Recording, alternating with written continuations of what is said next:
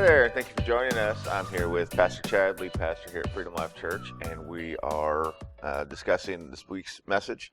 We're into this would be part 2.5 of the trajectory series.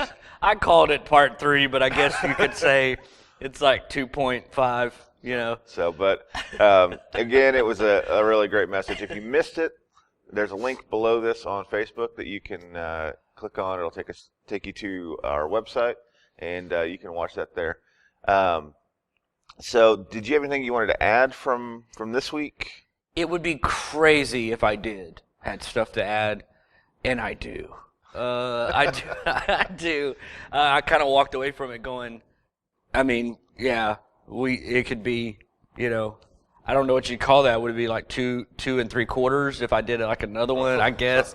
So, it's one of those things where really when you look at it, and I mentioned it briefly, and I would encourage people to really go and read through the whole thing. Like I mentioned about the book of 1 Peter being really all about suffering and how we as Christians suffer well. It's really interesting. Our women's ministry did that this past summer and fall. They dove into the book of 1 Peter and spent a lot of time in it, and really just tried to unpack it. I mean, just verse by verse, just kind of walk through it together and just kind of see some things.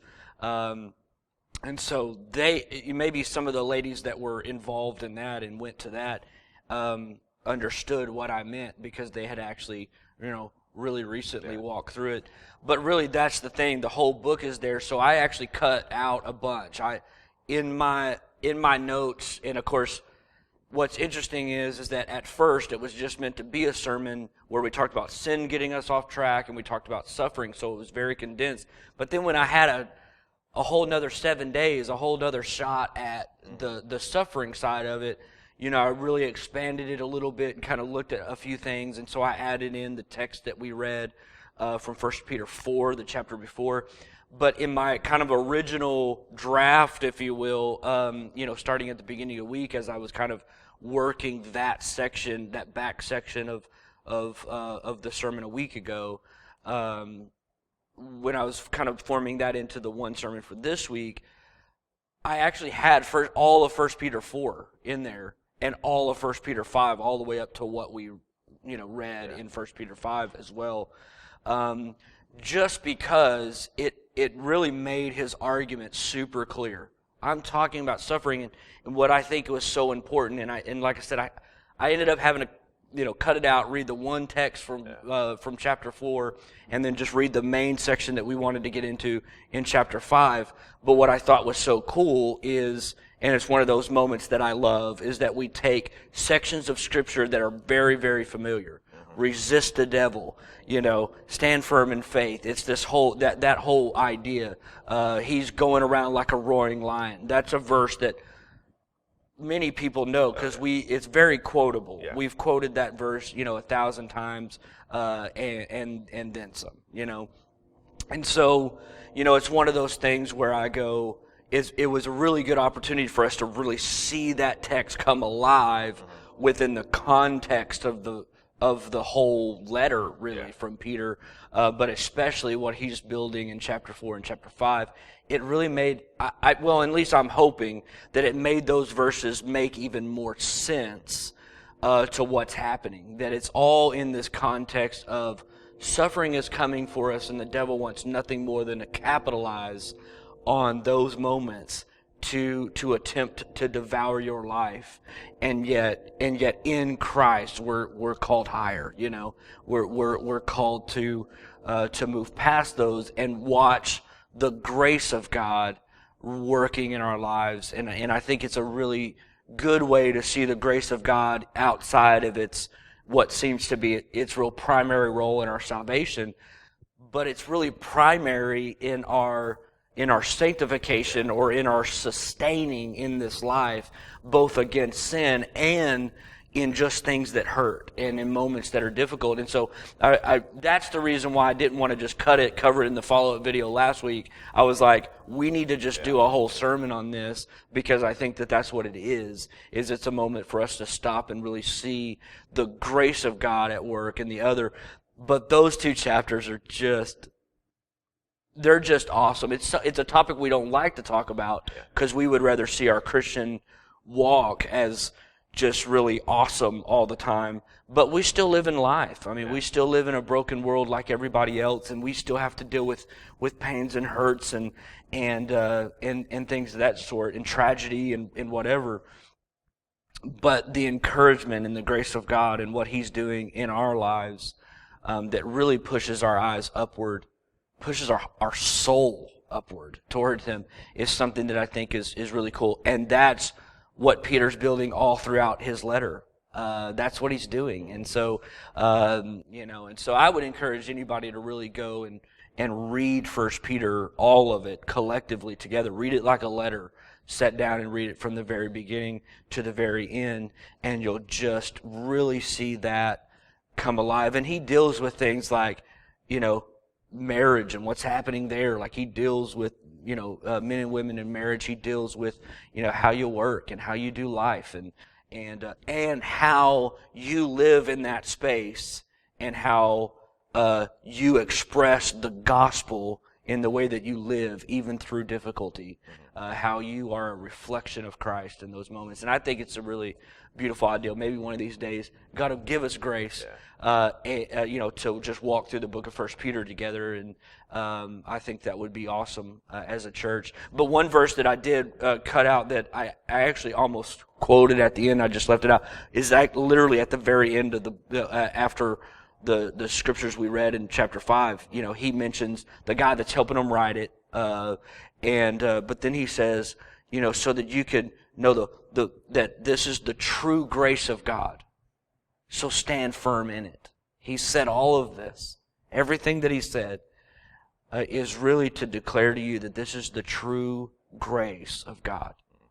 And that you're really seeing what's really real in the grace of God when you're experiencing difficulty, when you're experiencing suffering, and yet you stand, and yet you still can flourish, grow, and thrive even in that, as Christ does some really great things in your heart and does some really great things in your life. And so, and he says, stand firm in it. Stand firm in the true grace of God. And I think that that's a really cool way, to sign off, and kind of just roll out and say, this is what this has all been about, this whole book, stand in the true grace of God and understand it, Quill drop.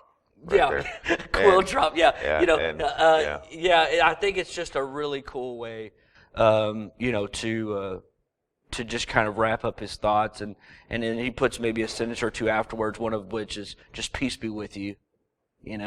We can be at peace in this, and then it's he drops the quill and says, I'm all good here. Let's send that out, to the people that need to hear this, and that's us. Ultimately God preserves His word and gives it to us, and I think that's it's really, really, really cool. And I think it was beneficial for our church just to kind of experience that moment, even with me, as my heart wrestles with things with God, and I just think it's cool for us to all experience that together, So one thing, and I'm fairly certain it was in the 1 Peter text. He talks about basically, you're not the only one suffering. The whole community is. And you talked about, that doesn't mean it sucks for everybody, but it means that there's other people that know what you're going through. Yes. Yeah. And so, the idea of, maybe I'm wrong, correct me if I'm wrong, but I don't believe anywhere in the Bible it says you're supposed to deal with this suffering by yourself. Right. Most of the time it says, hey, go find somebody. That's exactly right. Yeah. But I would say there's probably 2 primary barriers that we run into for that. One being pride.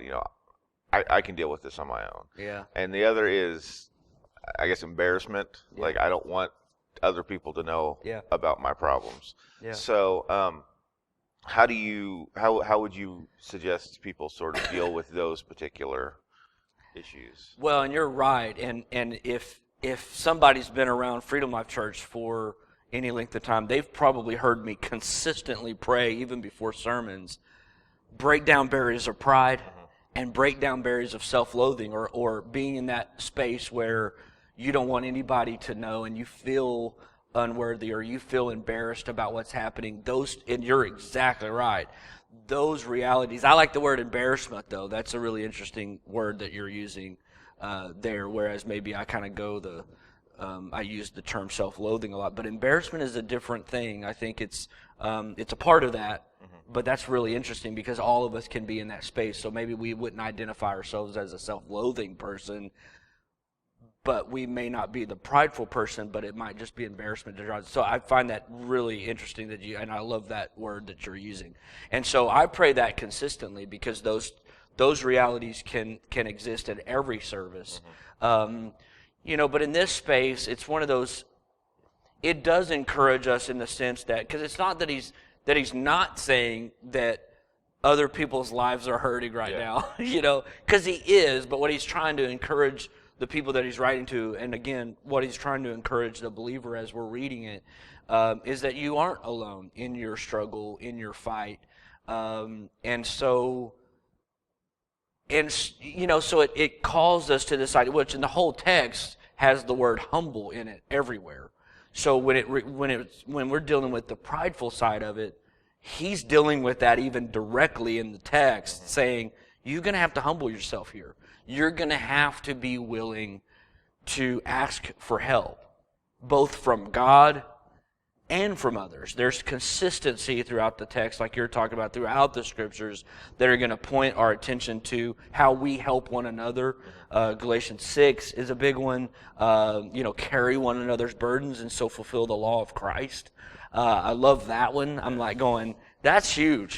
This is the law of Christ, that as I know that you're struggling, if you let me in on that, then my command from God is to help you carry that, to come up underneath it, come alongside you and help you, and vice versa. That there's going to be this moment when you're all good, but then I've got some burdens that I'm getting crushed by, that are hurting, that you're commanded to come and help me out.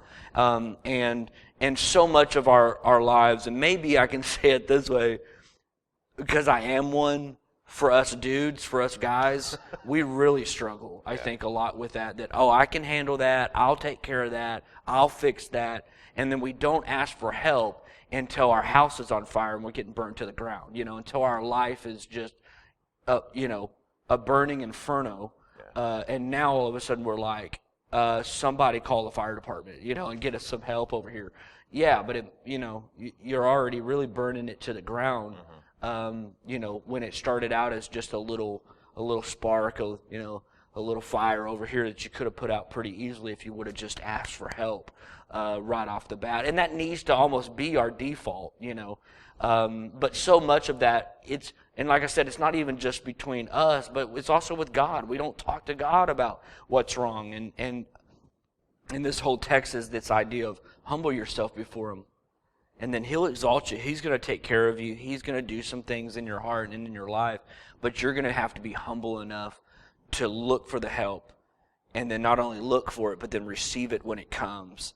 And not let your pride get in the way. And so that's very direct in the Scripture. Now on the other side, as far as the embarrassment piece, I think it is that one verse. I think it is that, and that's something that's not really the angle that I came at that text, but I think it's encompassed in that idea.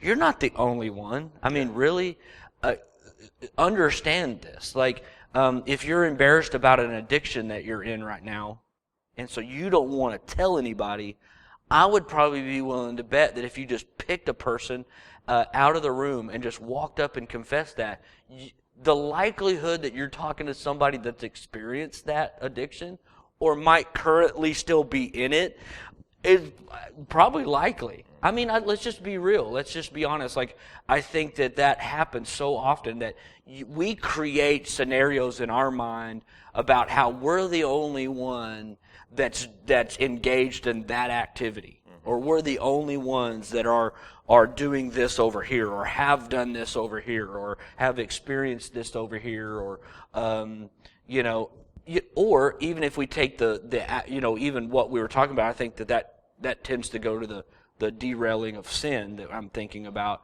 But even when I think about the suffering side of it, I go, somebody must have, if somebody did something that was deplorable to you, that's hard for you to talk about because you're embarrassed about it. I go, that was done to you. Yeah. There's nothing embarrassing about that, in my opinion. Well, I shouldn't even say in my opinion. There's just nothing about, so if somebody else would be like, man, you should be embarrassed by that, they're a moron. Because that was done to you, and there's really nothing about that should embarrass you. And I think that's what the enemy wants to do. I think that's the roar of this wannabe lion that would tell you that you should be filled with shame in this moment because of what that person did to you. And that's just false. There should be no embarrassment. There should be no level of shame because that was done to you. And so you're suffering silently because you feel embarrassed or you feel ashamed. I think you've bought a lie. I think that you have listened to the wrong voice, and you're listening to the voice of that enemy that's trying to devour you in that space and trying to keep you isolated in that space when no normal person, much less a believer in Christ, but no normal person would consider that an embarrassment. They would consider that a tragedy if something, like that happened to you. They would consider that a tragedy.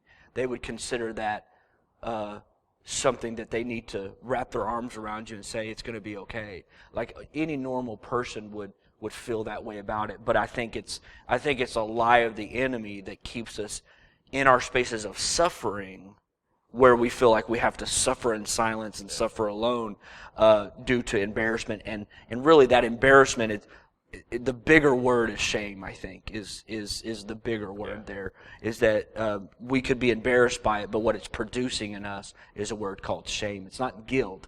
Guilt is, I've done something wrong, but shame is, I am wrong. I am bad, right? Guilt says I've done something bad, but shame says I am bad.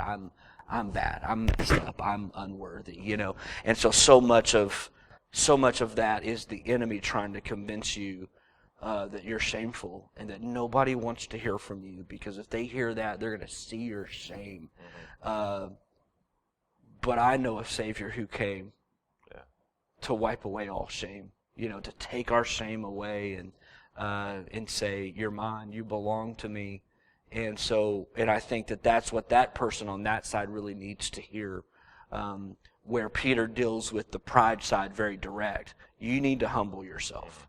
You're not the only one dealing with this stuff, because some people tend to do that. Like, I'm the only one out here, and I'm going to take care of it. He says, no, humble yourself. You're going to have to resist the devil here, because the devil might even feed, like the enemy might even feed your pride in your suffering. Oh, you got this.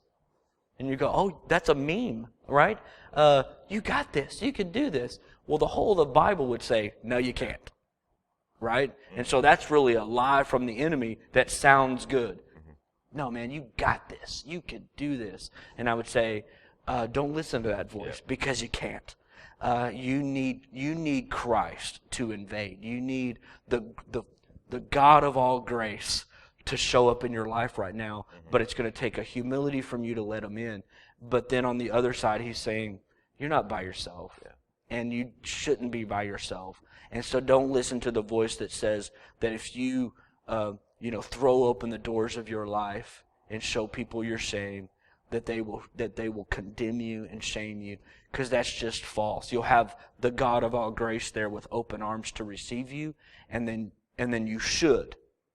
If you're not in a place that does this, then I would encourage you to get to a place that, but I feel like our church is really embracing this concept, and that is, then not only will you have the God of all grace there to embrace you, but you'll have a community of people around you that will embrace you and say, we understand and we're here to help. One of the things that just popped in my mind while you were talking and about, the enemy coming against you, and a very classic, successful military strategy divide and conquer. Yeah, but yeah, absolutely. And so when you're off by yourself, you're more vulnerable. Well, watch National Geographic. Yeah. And so not only military but nature says, I want to isolate the one that's struggling.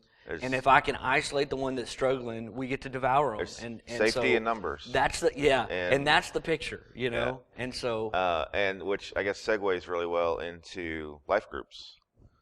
This is a great way for people to get connected with people who, like you're saying, probably are either have or are actively dealing with the same issues. The odds is that you would get into a space, and that's what we love about life groups, and that's why we're really dedicated to them.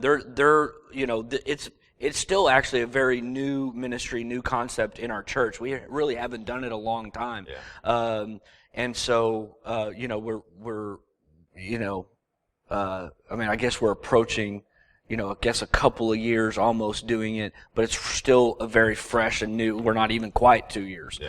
So we're really in its infancy and really growing our church in this understanding of what it looks like to connect together as a community of believers. But one of the things that we love about that concept, and the reason why we're committed to it, to see it through and to see it to be vibrant and to see it to be what it is because we need that. Is because we do need a space where we can feel safe, where we know that the people sitting on the couches next to us in a home somewhere care about us. And I say a lot when it comes to this kind of stuff, is there risk to sharing where you're hurting or sharing where you're dealing with sin or sharing whatever? Is there risk involved in that? Could somebody take that information and go talk about it? I guess we're all people. Of course, there's risk in opening up to anybody, anywhere, at any point. There's plenty of risk to that. My response is always, number one, the reward far outweighs the risk when it comes to this, and so don't shortchange that because you're fearful of risk. Put your faith in the reward that'll come on the end of that, and that's things like healing and wholeness and help and support and love and experiencing the grace of God within community. And there's so much of the glory of God in that. But then my other thing would be is, what difference does it make to us? I confess my sin to be healed. I don't care. I'll tell anybody anything that's happening. Why? Because I know that I'm covered in the grace of God.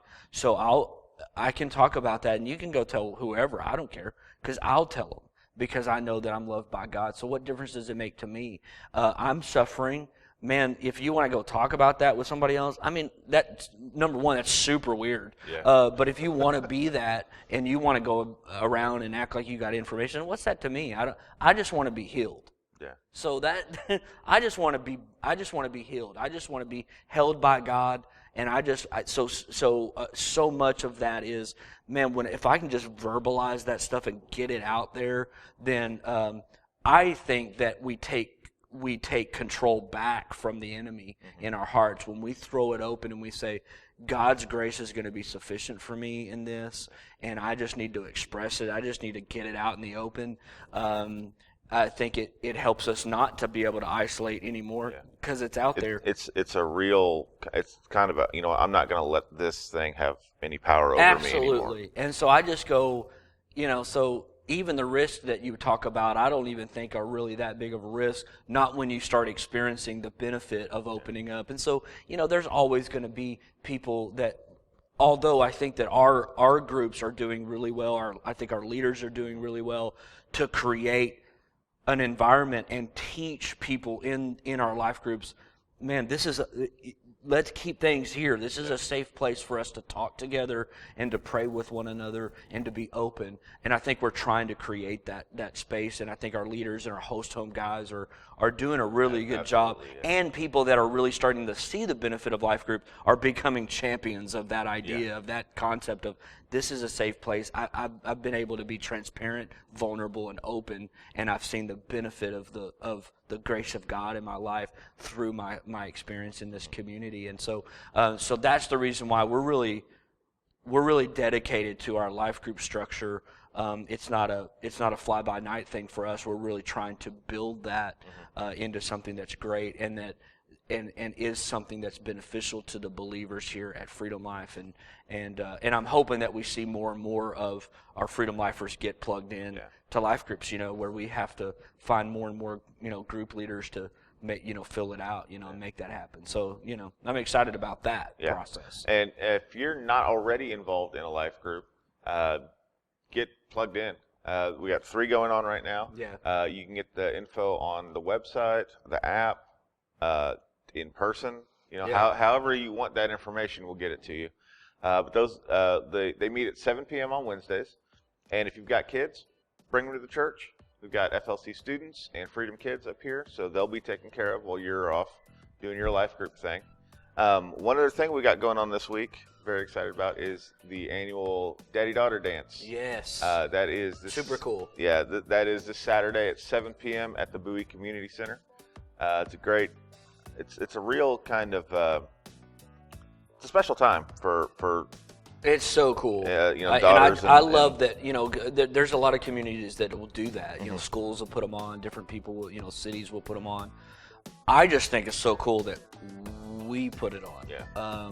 That our church is so engaged in just helping families experience a really cool night, for dads to connect with their daughter, and I always encourage moms on the other side, if you've got a son and a daughter, man, let dad take her, and then let your son take you out, and go and spend some time together. Utilize that evening to go and do something cool, together as son and mom, and build that relationship. Take that opportunity. But I think it's cool that we get a chance, and Michael Rhodes, a guy here at the church that probably 1,000 people know. He's been the leader of that, and it's really been something that's been birthed out of his heart, and it's just really been cool to see, our church just kind of come around that and kind of grab that heart that he had several years ago, many years ago, and really just take it and run with it. And I think it's been really, really, really cool. And so so thankful for him and the team around him that really just does it and just goes for it. They do a great job, and then we get to benefit so much from it, with taking our daughters and having a great time. Mm-hmm. So don't miss out on that this Saturday at 7 p.m. And we will see you again this Sunday at 10:30. Bye. See you.